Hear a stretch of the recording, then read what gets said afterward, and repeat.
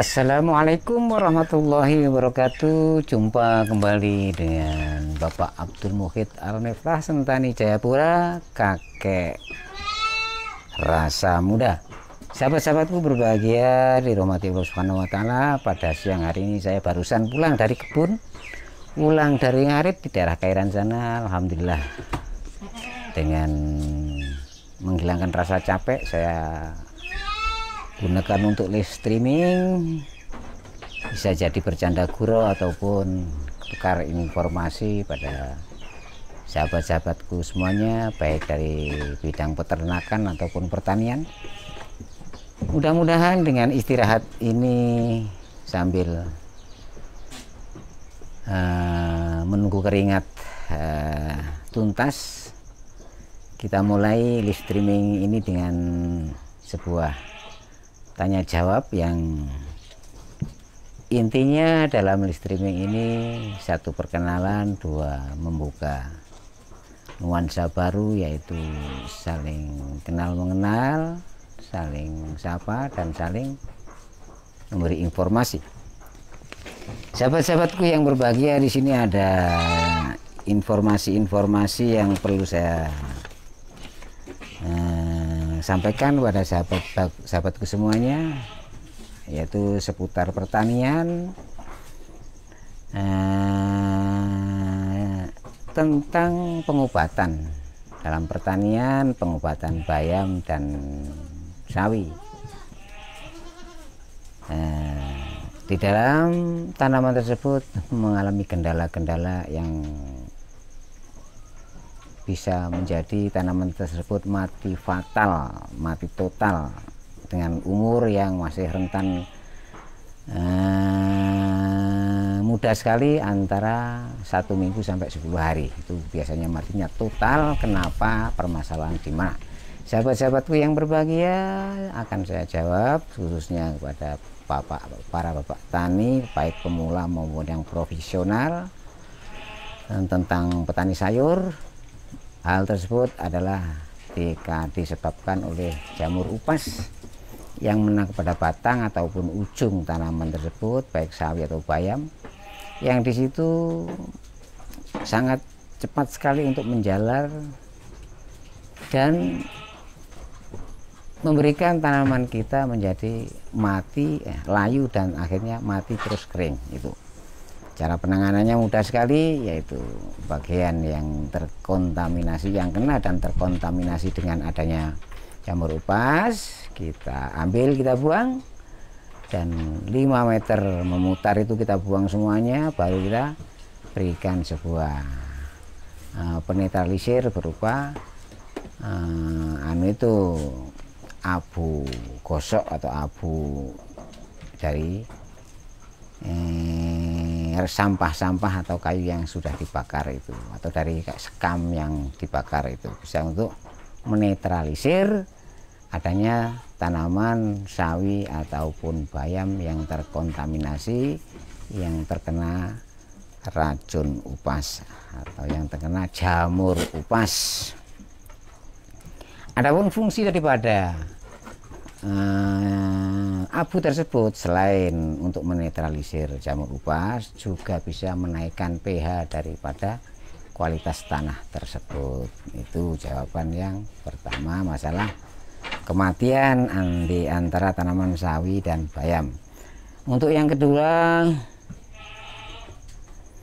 yaitu pertanyaan batas aktif herbisida yang dibuat, herbisida buatan sendiri, yang pernah saya sampaikan, pernah saya tutorialkan. Yang ada pertanyaan tersebut, mudah-mudahan bisa menambah wawasan kita, tukar pengalaman. Jadi yang adapun herbisida yang kita buat, baik itu berfungsi sebagai pembakar atau mematikan dari akarnya, itu kalau kita simpan minimal 14 hari, itu fungsinya sama dengan yang asli, sama dengan seperti Gramaxon sebagai pembakar, seperti yang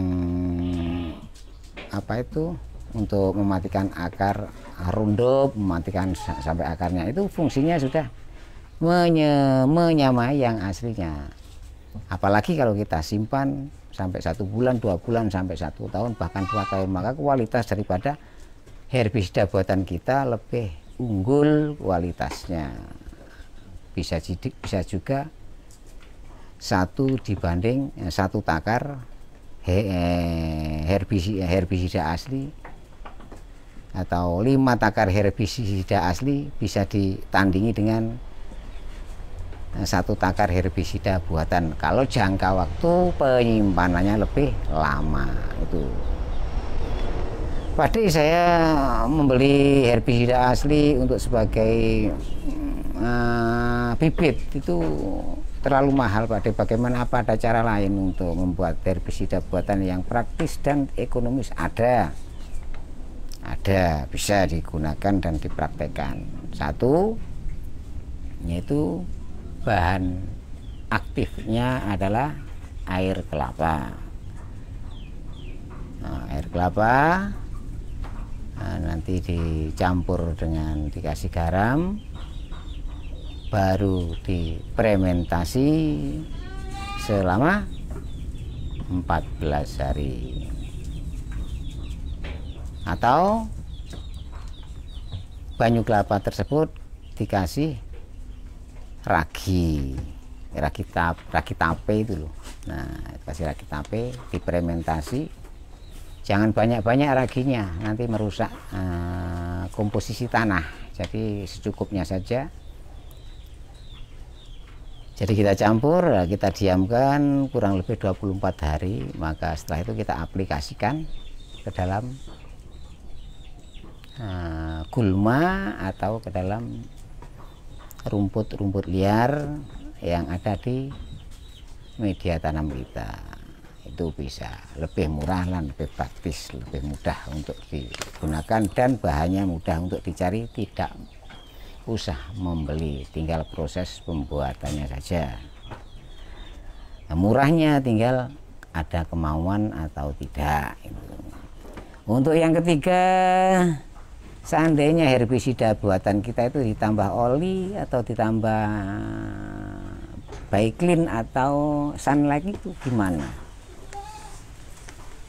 Ditambah Sunlight lah, itu bagaimana? Kalau ditambah oli, ya jangan. Kalau hanya sebatas mematikan gulma atau rumput, setelah itu tanahnya tidak ditanami kembali, itu silahkan. Tapi kalau setelah mati gulmanya, rumputnya itu segera ditanami kembali, maka janganlah memakai oli.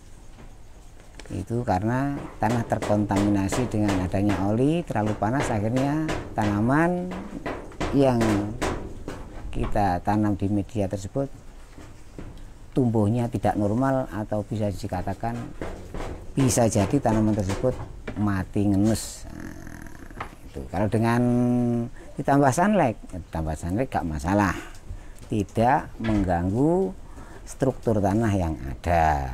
Itu jawaban dari Pak Dik. Mudah-mudahan bisa membantu, menambah pengalaman, dan bisa memberikan bisa itu mempraktekkan adanya keterangan-keterangan dari Pak Dik. Untuk yang keempat adalah masalah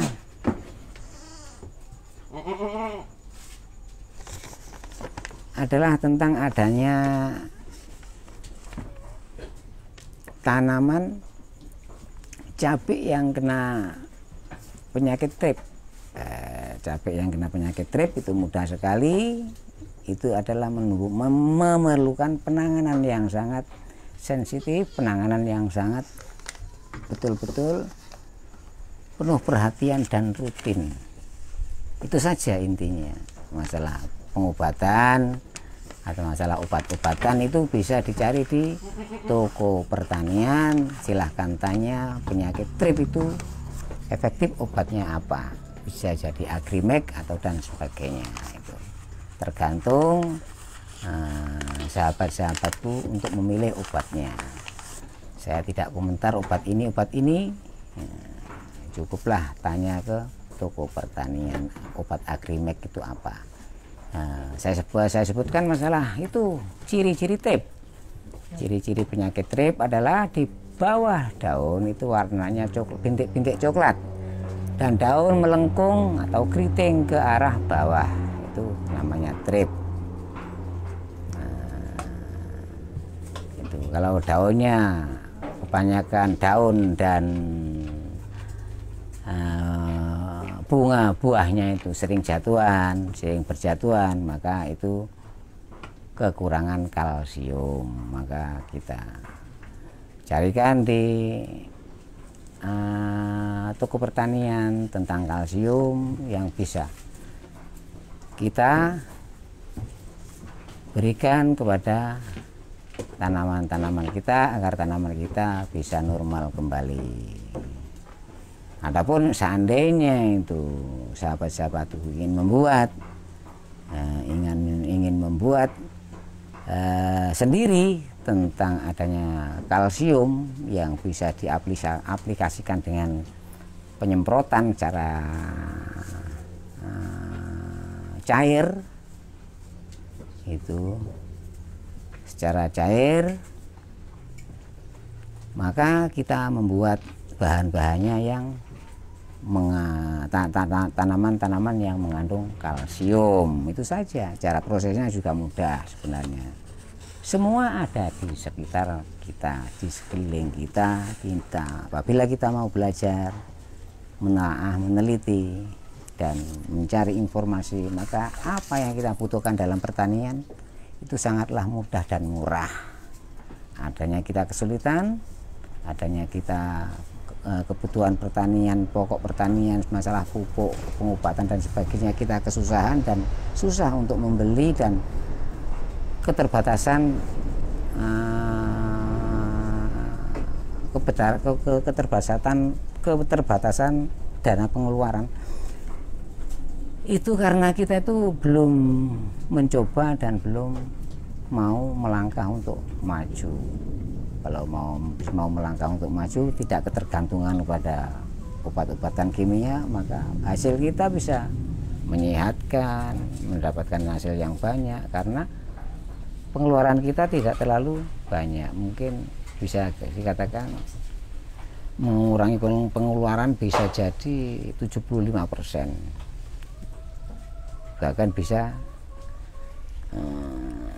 90% itu mengurangi tentang pengobatan yang ketergantungan dengan kimia.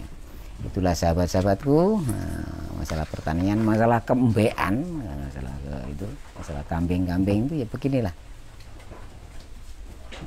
Kita nyantai-nyantai sama kambing-kambing kita akrab ya, kita saling ya. Ini masih berumur berapa itu, 15 hari ini si cempe ini, 15 hari. 15 hari, anak-anaknya 2 ini umur 15 hari. Apakah sahabat-sahabatku juga punya cempe sekecil ini, sekiranya bisa menghibur kita ya, bisa menghibur kita bisa akrab dengan lingkungan ataupun hewan-hewan di sekeliling dan di sekitar kita. Untuk itu cukup sekian perkenalan kita. Mudah-mudahan bisa kita saling mengenal dan menyapa di lain waktu, dan bisa menambah persaudaraan kita semakin erat, barokah dan maslahah. Amin ya rabbal alamin. Semangat sahabat-sahabatku semuanya, dan selamat menjalankan ibadah di bulan suci Ramadan. Mudah-mudahan ibadah sahabat-sahabatku membawakan dampak yang positif di dalam hidup dan kehidupan. Hidup damai, rukun, tentram, sejahtera. Amin, amin ya rabbal alamin. Sukses selalu sahabat-sahabatku di seluruh penjuru NKRI. Bila itu ya. Assalamualaikum warahmatullahi wabarakatuh.